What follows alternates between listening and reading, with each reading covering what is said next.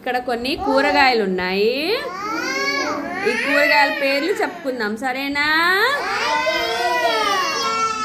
Okay, కొన్ని మీకు తెలుసు చెప్పండి, తెలియకపోతే నేను చెప్తాను, సరేనా? ఓకే, ఇదేంటిదిరా? బీరకాయ. వెరీ గుడ్, బీరకాయ. ఇదేంటిది? ఏంటిది ఇది? దొండకాయ. Very good, very good. ఇవేంటి? బెండకాయలు. ఓకే, ఇదేంటి? ఇవేంటిది? ఇవేంటి?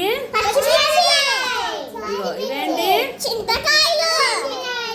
ఇదేంటి?